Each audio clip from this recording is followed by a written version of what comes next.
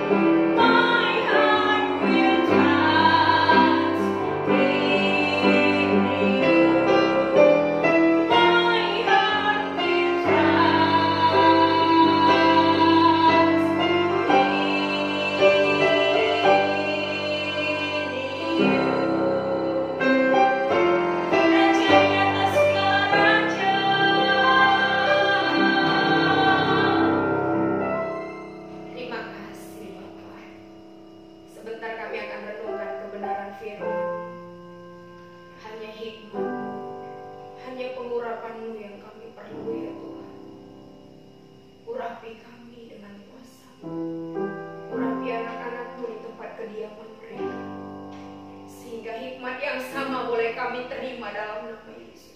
Segala kuasa iblis roh yang bukan berasal daripada Allah kami patahkan kami dalam nama Tuhan Yesus. Biarlah roh tubuh jiwa kami itu hanya untuk kemuliaan nama. Terima kasih Bapa yang baik, dalam nama Yesus kami bersyukur. Amin. Adik-adik, sore malam hari ini kita akan membaca kebenaran firman Tuhan dari kitab Hakim-Hakim pasal yang ke-16 ayat yang ke-28 sampai ayat yang ke-30. Hakim-Hakim pasal yang ke-16 ayat 28 sampai ayat yang ke-30. Yuk kita baca-baca ya, sama-sama kita ya, baca-bacanya ya sayang. 1, 2, 3, ya.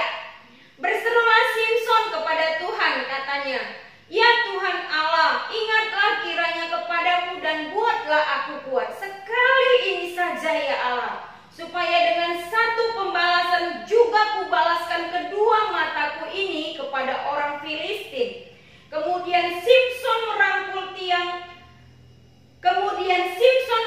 kedua tiang yang paling tengah, penyangga rumah itu, lalu bertopang kepada tiang yang satu dengan tangan kanannya dan kepada tiang yang lain dengan tangan kirinya.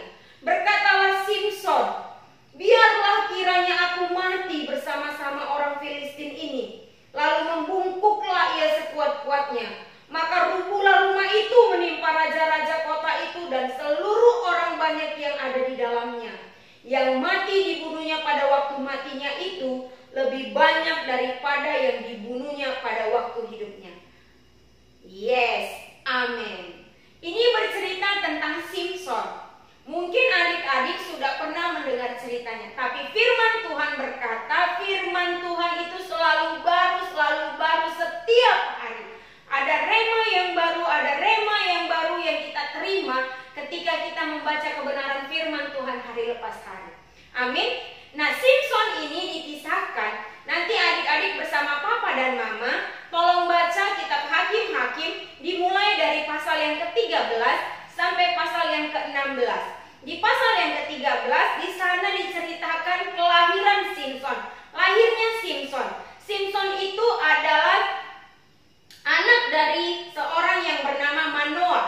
Manoah memiliki istri yang mandul tidak beranak. Tetapi dalam kitab Hakim-Hakim 13 ayat 3 dikatakan, "Dan malaikat Tuhan menampakkan diri kepada perempuan itu dan berfirman kepadanya demikian, 'Memang engkau mandul tidak beranak, tetapi engkau akan mengandung dan melahirkan seorang anak laki-laki.'" Di ayat 4, "Oleh sebab itu peliharalah dirimu, jangan minum anggur dan jangan meminum minuman yang memabukkan dan jangan makan sesuatu yang haram.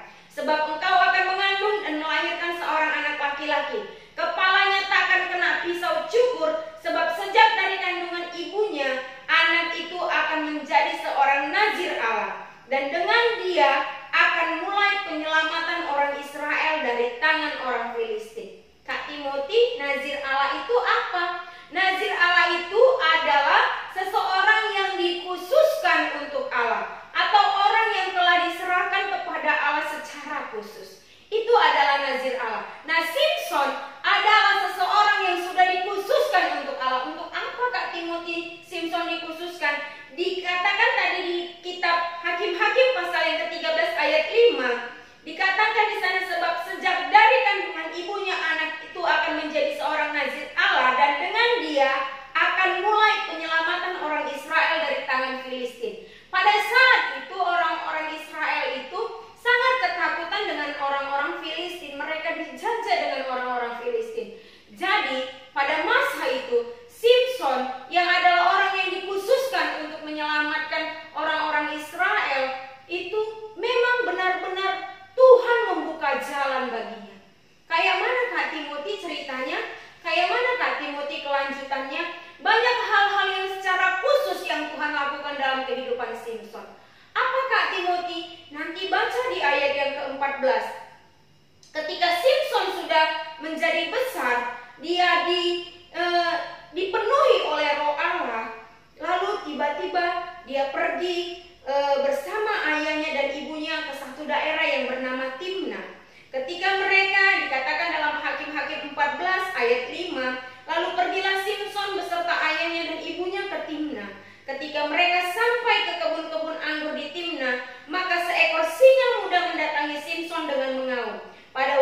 itu berkuasalah roh Tuhan atas dia, sehingga singa itu dicabik-cabiknya seperti orang mencabik anak kambing tanpa apa-apa di tangannya.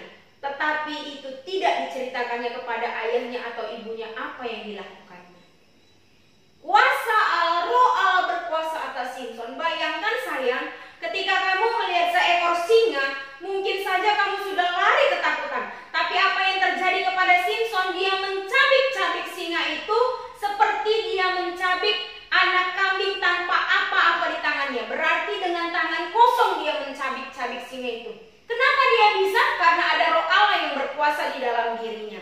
Lalu dikatakan lagi di dalam kitab Hakim-Hakim pasal yang ke-14 ayat yang ke-19, dikatakan di sana, maka berkuasalah roh Tuhan atas dia, lalu pergilah ia ke Askelon dan dibunuhnya 30 orang di sana. Diambilnyalah pakaian mereka dan diberikan pakaian-pakaian kebesaran itu kepada orang-orang yang dapat memberi jawab teka-teki itu. Nah, sebelumnya, di ayat yang sebelumnya itu diceritakan bahwa Simson mengadakan teka-teki bersama dengan pembesar-pembesar orang Filistin. Kalau kalian sanggup untuk menebak apa yang aku katakan ini, teka-tekinya berbunyi seperti ini ya nak ya. Dari yang makan keluar makanan, dari yang kuat keluar manisan. Nanti baca di Hakim-Hakim 14 ayat 14. Jika ada orang yang bisa menjawab, maka akan diberikan 30 pakaian kebesaran. Nah, ketika itu Simson memiliki seorang istri, lalu istrinya membujuk-bujuk dia sehingga diberitahukanlah kepadanya bahwa singa. Nanti dibaca sayang, maka kalian akan mengerti bagaimana luar biasanya Tuhan memberikan urapannya, memberikan rohnya kepada Simson. Nah, setelah dua roh Tuhan yang berkuasa atas Simson tadi, yang pertama ketika Simson mencabik-cabik singa seperti mencabik anak domba tanpa apa-apa di tangannya. Yang kedua, roh Tuhan berkuasa atas dia, dia membunuh 30 orang di Askelon, lalu mengambil pakaiannya. Lalu di ayat yang ke-15, itu dikatakan di ayat yang ke-14, maka berkuasalah roh Tuhan atas dia dan tali-tali pada tangannya menjadi seperti batang rami yang telah habis dimakan api, dan segala pengikatnya hancur tanggal dari tangannya. Kemudian dia menemui sebuah tulang rahang keledai yang masih baru. Diulurkannya tangannya, dipungutnya dan dipukulnya mati 1000 orang dengan tulang itu. Berkatalah Simson, dengan rahang keledai bangsa keledai itu kuhajar, dengan rahang keledai 1000 orang kupukul. Nah, nanti baca di kitab Hakim-Hakim pasal yang ke-15, Simson melawan orang Filistin. Pada saat itu Simson melawan orang Filistin. Di Hakim-Hakim 15 ayat yang ketiga, lalu kata Simson kepadanya, sekali ini aku tidak bersalah terhadap orang Filistin apabila aku mendatangkan celaka kepada mereka.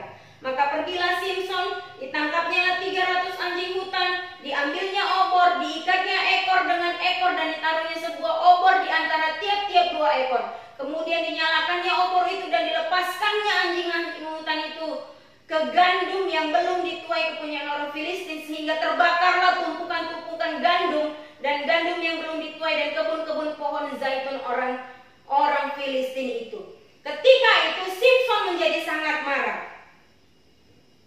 Dia sangat marah karena dia ingin mengunjungi istrinya, tetapi ayah perempuan itu tidak membiarkan dia masuk. Ketika dia marah, dia mencari 300 ekor anjing hutan, lalu setiap 2 ekor anjing hutan diikatkan 1 obor kepada ekornya, lalu dilepaskannya ke gandum-gandum yang belum dituai dan kebun-kebun zaitun milik orang Filistin, sehingga semuanya itu terbakar. Lalu bangkitlah amarah orang Filistin terhadap Simson. Lalu apalagi yang dikatakan? Ketika Simson di Gaza, pada Hakim-Hakim pasal yang ke-16, pada satu kali ketika Simson pergi ke Gaza, dilihatnya di sana seorang perempuan sundal lalu menghampiri dia. Ketika diberitahukan kepada orang Gaza, Simson telah datang ke sini, maka mereka mengepung tempat itu dan siap menghadang dia semalam-malaman itu di pintu gerbang kota. Tapi semalam-malaman itu mereka tidak berbuat apa-apa karena pikirnya, nanti pada waktu fajar kita akan membunuh dia. Tetapi Simson tidur di situ sampai tengah malam. Pada waktu tengah malam bangunlah ia, dipegangnya kedua daun pintu gerbang kota itu dan kedua tiang pintu. Dicabutnya semuanya itu beserta palangnya, diletakkannya di atas kedua bahunya. Lalu semuanya itu diangkatnya ke puncak gunung yang berhadapan dengan Hebron. Roh Tuhan pun tetap berkuasa atas Simson. Namun banyak hal-hal yang Tuhan berikan kepada Simson dengan kekhususan yang luar biasa. Tapi Simson pada akhirnya tetap jatuh di dalam dosa. Karena apa sayang? Karena dia mencintai seorang perempuan Filistin yang bernama Delila. Ketika dia sudah memiliki istri yang bernama Delila, maka Delila dengan segala rayuannya itu memperdaya Simson. Kamu tahu nak, Delila itu adalah mata-mata yang dikirimkan oleh raja-raja dan pembesar-pembesar Filistin untuk mengetahui apa sebenarnya, di mana sebenarnya letak kekuatan daripada Simson ini. 3 kali Delila menanyakan kepada Simson, Simson, di mana letak kekuatanmu? Tapi ketiga-tiganya itu Simson selalu membuat dia menjadi kecewa karena Simson tidak memberitahu. Nanti kamu baca di dalam Hakim-Hakim pasal yang ke-16, di sana tertera semuanya. Kenapa Kak Timothy hari ini firmannya begitu panjang dari Hakim-Hakim 13 sampai Hakim-Hakim 16? Karena firman Tuhan itu iya dan amin. Firman Tuhan itu mendidik, memberitahukan kesalahan, mengajar kita. Sampai nanti kita besar, sampai nanti kita dewasa, firman ini tidak akan berubah dan tidak akan pernah berubah. Sayang, apa yang membuat Simson menjadi orang yang malang? Kalau tadi dia dikhususkan untuk Tuhan, kalau tadi roh Tuhan berkuasa atas hidupnya, apa Kak Timothy yang membuat dia menjadi lemah? Apa Kak Timothy yang membuat dia menjadi kalah? Apa Kak Timothy yang membuat hidupnya itu sehingga roh Tuhan itu tidak lagi ada di dalam dia? Nah, kamu lihat dalam Hakim-Hakim pasal yang ke-16 ayat yang ke-17. Maka diceritakannya kepadanya segala isi hatinya. Katanya, kepalaku tidak pernah kena pisau cukur, sebab sejak dari kandungan ibuku, aku ini seorang nazir Allah. Sama seperti yang tadi kita cerita dalam kitab Hakim-Hakim pasal yang ke-13. Jika kepalaku dicukur, maka kekuatanku akan lenyap daripadaku, dan aku menjadi lemah dan sama seperti orang-orang lain. Ketika dilihat Delila bahwa segala isi hatinya telah dicurahkannya kepadanya, disuruhnya lah memanggil raja-raja kota Filistin. Katanya, sekali ini datanglah kemari, sebab ia telah menceritakan segala isi hatinya kepadaku. Lalu datanglah mereka. Sesudah itu dibujuknya lah Simson tidur di pangkuannya, lalu dipanggilnya seorang dan disuruhnya mencukur ketujuh rambut jalinannya, sehingga mulailah Simson ditundukkan oleh perempuan itu, sebab kekuatannya telah lenyap daripadanya. Lalu berserulah perempuan itu, orang Filistin menyergap aku, menyergap engkau Simson. Orang Filistin menyergap engkau Simson. Maka terjagalah ia dari tidurnya, serta katanya, seperti yang sudah-sudah aku akan bebas dan akan meronta lepas. Tetapi tidaklah diketahuinya bahwa Tuhan telah meninggalkan dia.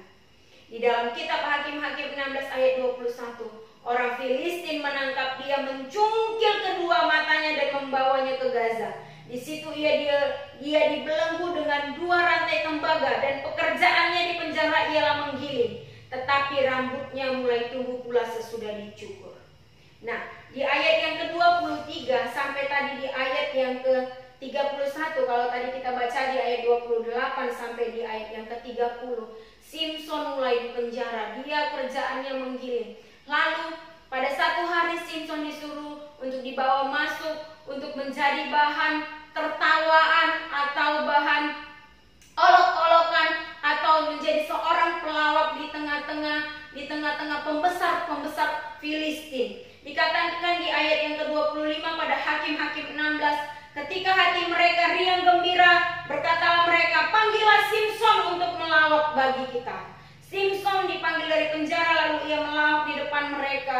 Kemudian mereka menyuruh dia berdiri di antara tiang-tiang. Berkatalah Simson kepada anak yang menuntun dia, lepaskanlah aku dan biarkanlah aku meraba-raba tiang penyangga rumah ini supaya aku kamu dapat bersandar padanya.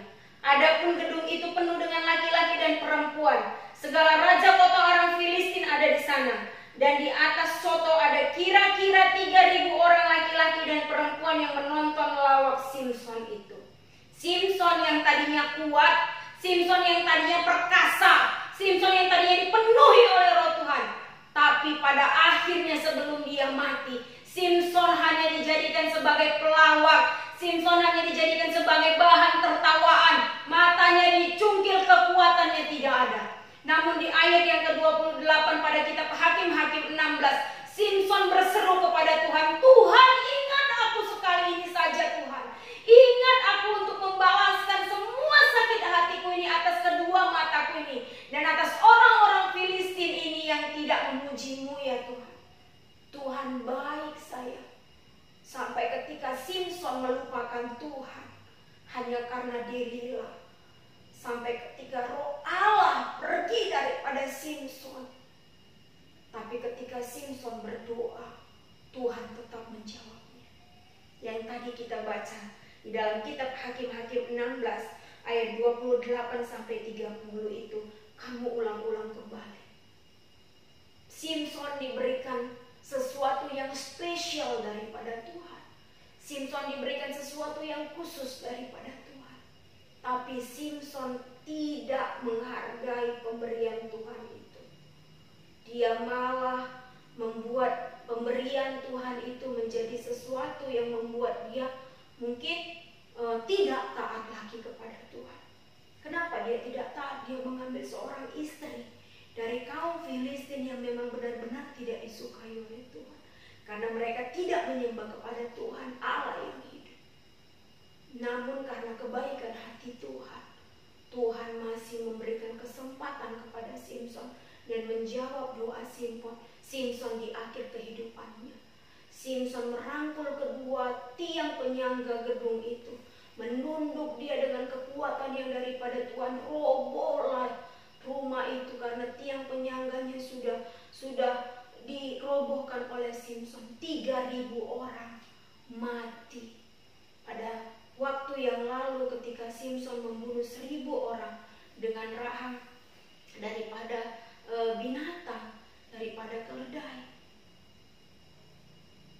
Pada waktu dia mati, bersama dengan dia lebih banyak membunuh orang. Sayang, kamu spesial di mata Tuhan. Tuhan taruh secara khusus sesuatu di dalam dirimu. Yang Tuhan mau, kamu harus taat sampai pada akhirnya.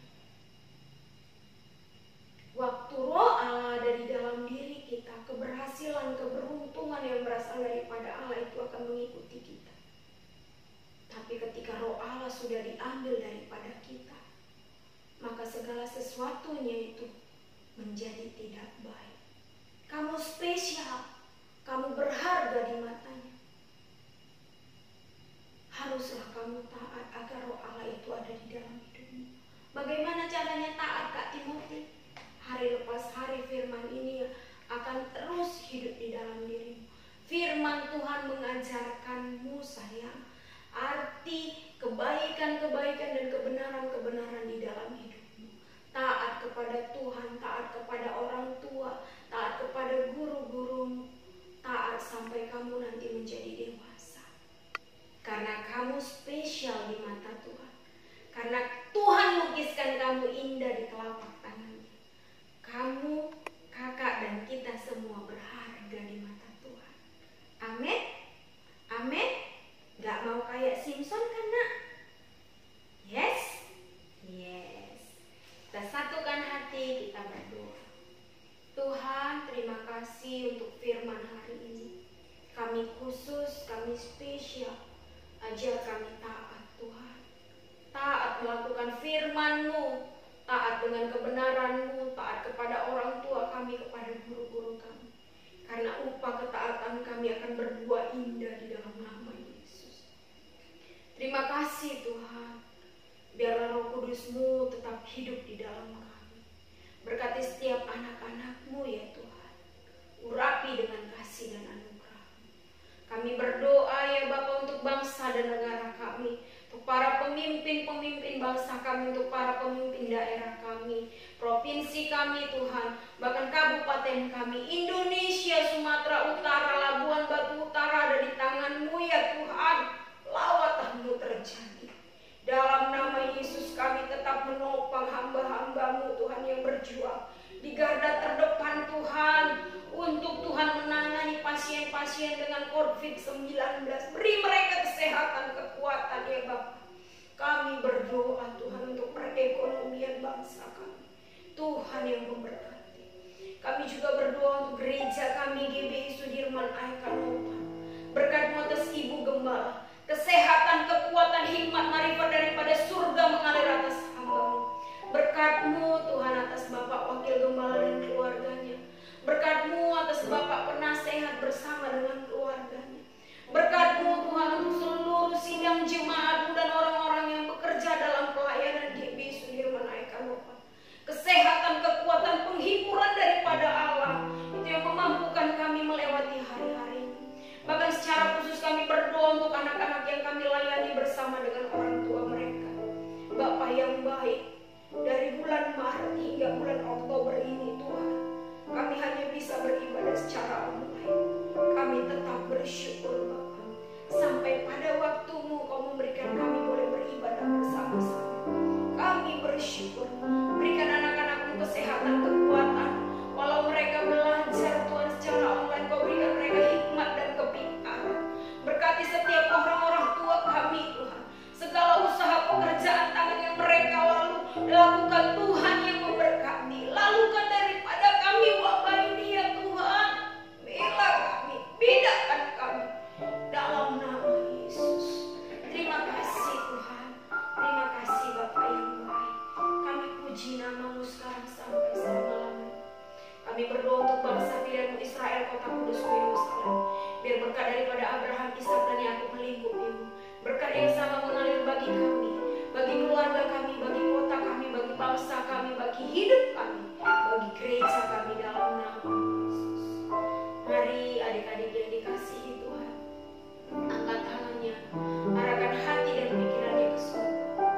Terimalah berkat daripada Allah Bapa di surga, cinta kasih daripada Tuhan Yesus Kristus, persekutuan yang manis dengan Allah Roh Kudus, yang memberkati adik-adik dari hari ini sampai Yesus datang kali kedua, yang diberkati dengan ibadah kami ceria pada sore malam hari ini. Mari bersama-sama kita katakan amin. Yes, maafkan Kak Timothy karena baru hari ini Kak Timothy bisa umumkan nama-nama pemenang daripada pembacaan ayat firman yang setiap hari kita lakukan. Jadi kemarin periodenya dari tanggal 20 sampai tanggal 31 Agustus. Nah, yang membaca setiap hari itu, yang pertama ada Timothy, lalu ada Angel, ada lagi Marcel Sialogo, ada Kanza, dan ada Jessica. 5 pemenang tadi, nanti Kak Timothy akan antarkan hadiahnya masing-masing ke rumah adik-adik. Ada Timothy, ada Angel, ada Marcel Sialogo, ada Kanza, si haloho ya Marcel ya, Marcel si haloho, ada Kanza, dan ada Jessica Pardede. Nah, nanti Kak Timothy akan antarkan. Terus untuk bulan Oktober ini kita akan adakan kuis. Jadi kuisnya seperti ini ya nak. Kuisnya itu Kak Timothy mau adik-adik merekam satu video dengan durasi singkat. Nggak harus di bawah 5 menit juga boleh. 5 menit juga boleh, nggak usah lewat dari 5 menit. Apa Kak Timothy video singkatnya? Kak Timothy mau adik-adik membuat video bagaimana cara menyampaikan firman Tuhan. Nah, tentang apa Kak Timothy? Temanya bebas. Mau tentang Adam dan Hawa, mau tentang Nuh, mau tentang Simpson yang tadi kita bawa, mau tentang Daniel, mau tentang Daud, mau tentang orang-orang kusta yang disembuhkan, mau tentang apapun, yang penting dia berasal dari kebenaran firman Tuhan. Kak Timothy bisa dibantu orang tua? Bisa. Maminya bisa ikut direkam atau papinya? Bisa. Tetapi mami dan papi gak boleh ngomong, hanya membantu saja. adik-adik yang akan berbicara, adik-adik yang akan menyampaikan kebenaran firman Tuhan. Nanti sebagai pembaharuan lagi, mungkin satu bulan, mungkin 1 bulan sekali, bisa adik-adik dibawa salah seorang untuk menyampaikan kebenaran firman Tuhan dalam ibadah Kamis Ceria, agar ibadah kita bervariasi. Oke sayang? Yes, selamat untuk pemenang. Kakak tunggu video-video daripada adik-adik yang terkasih. Selamat malam, Tuhan Yesus memberkati.